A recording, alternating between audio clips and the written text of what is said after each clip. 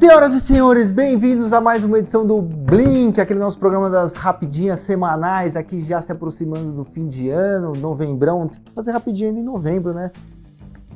Pode deixar para dezembro esse tipo de coisa, né? E o Coringão na Libertadores, vocês estão preparados para tudo isso aqui, ó, que vai ter na Libertadores ano que vem?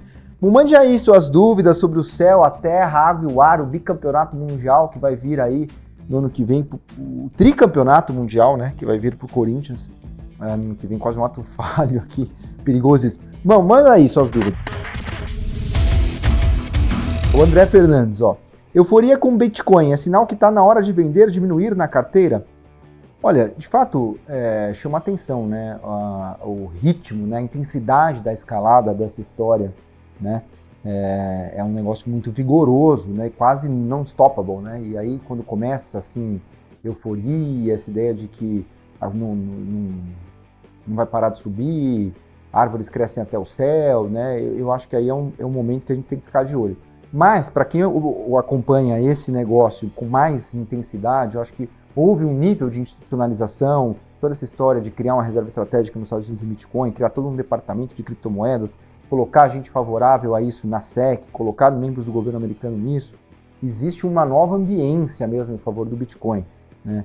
Então, eu acho que você tem que dimensionar, né, adequadamente o Bitcoin na sua carteira, no devido sizing. É sempre importante você ter a disciplina, não achar que esse negócio vai subir sem parar, mas muita gente conceituada, né, acha que os 150 mil dólares pode ser uma realidade ainda em 2025. Gui Ribeiro, a Eletrobras não estaria muito descontada? Eu acho que sim, soltou um belo resultado, né, inclusive, mostrando que o turnaround está em curso, né, e as ações caíram aí, né, desde então. Então eu acho que é uma excelente oportunidade, com uma TIR real aí de quase 15%, né, muita coisa. David Braz, será que é aquele zagueiro que jogou no Santos, no Flamengo, né? Felipe, IPCA mais 7, historicamente tem como ser batido pelo Ibovespa? Olha, existe uma grande correlação, né, entre o juro longo e o Ibovespa, né? E se você pensar que a curva de juros vai fechar, né, o Ibovespa deveria andar, né? Então, ele pode ser batido se você entender que você tem uma mola comprimida muito grande, e porque aqui você tem um duplo efeito, né? Se a NTNB cai, né, só isso aqui já deveria subir o Ibovespa. Só que o prêmio de risco também está muito alto, né? O Equity Risk Premium, né, o excesso de retorno das ações sobre a renda fixa, né, o Earnings Yield, né, que é o PL invertido menos o juro da B, também está na máxima desde a época da Dilma. Então você deveria comprimir o prêmio de risco também. Então eu acho que tem como ser batido não necessariamente pelo Ibovespa, né, porque o Ibovespa tem um componente grande aqui de bancos e commodities que deveriam ser menos sensíveis ao juro longo. Mas se você pegasse uma cesta de cíclicas domésticas que tradicionalmente são long durations, né, que são muito sensíveis ao juro longo, eu acho que essa história o Ibovespa tem chance sim de bater o IPCA, mas os níveis de risco são diferentes, né? Glauco Ramos, Mitre tem upside para dobrar? Olha, eu não acho, né? Acho que deveria haver uma convergência muito grande aqui de astros para que isso acontecesse. Eu acho que Mitre cometeu muitos erros de governança, acho que frustrou muito. Eu acho que minhas posições aqui seriam muito otimista com direcional, e se você quisesse jogar, aqui baixa renda, né? Mas se você quisesse jogar o jogo da alta renda, média alta, aqui eu iria de Cirela. Jogo Tedeschi, se dá para ganhar grana comprando empresa ruim a preço bom, qual valor Brava voltaria a ser atrativa? Olha, depende, precisa ver o preço e o cenário, né? Eu acho que a empresa frustrou muito.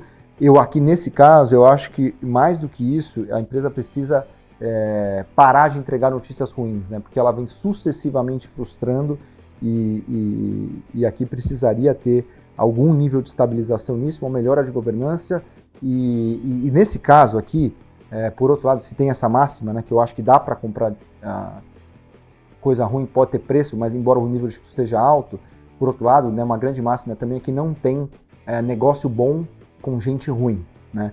Essa é uma máxima do Buffett, inclusive, né? E aqui no caso, a Brava mentiu pra gente, né? E pro mercado. Então eu acho que fica muito complicado fazer negócio com empresa ruim. Ricardo Andrade, a democracia do Brasil está em risco? Olha, eu acho que, de algum modo, eu sou um grande leitor do John Gray, né? O cara do Cachorros de Palha, né? Que é alguém que diz muito claramente que antagonizou historicamente com o Francis Fukuyama. Inclusive tem uma conversa dos dois, né? Is Liberalism Dead? Né? O liberalismo morreu, né? Que o Francis Fukuyama é aquele cara do fim da história. Né? A gente chegou na democracia liberal, uma certa soberania da democracia liberal, e essa história não vai ter mais antítese, né? Não vai ter antagonistas. E o John Gray, lá na época, ainda nos anos 90, ele escreveu já um artigo falando que o fim da história não existia, né? Que na verdade, a Guerra Fria suprimiu uma série de conflitos e com o colapso da União Soviética emergeriam vários outros conflitos e você teria constatado que, na verdade, não existe a supremacia, né? Você se tentar impor valores ocidentais clássicos ao Iraque, ao Oriente Médio como um todo, você tentar impor valores iluministas à China, não necessariamente vai dar certo. O mundo ele é multifacetado, ele é multiorientado, né? Então, estou dizendo isso porque eu acho que assim, a democracia ela não é algo consolidado, né? O John Gray insiste muito nesse ponto, né? A sociedade ela caminha monotonicamente, ou seja, numa determinada direção, na direção do avanço, do progresso técnico, da tecnologia, né? Mas não necessariamente do ponto de vista social e político, né? Você pode ter retrocessos na caminhada, né? Então eu acho que de alguma maneira sempre existe o risco, né? De instituições que eram democráticas, mesmo na Europa. Eu acho que não é algo óbvio, né? Você tem uma emergência de alguns candidatos mais radicais que impõem certo risco, sim.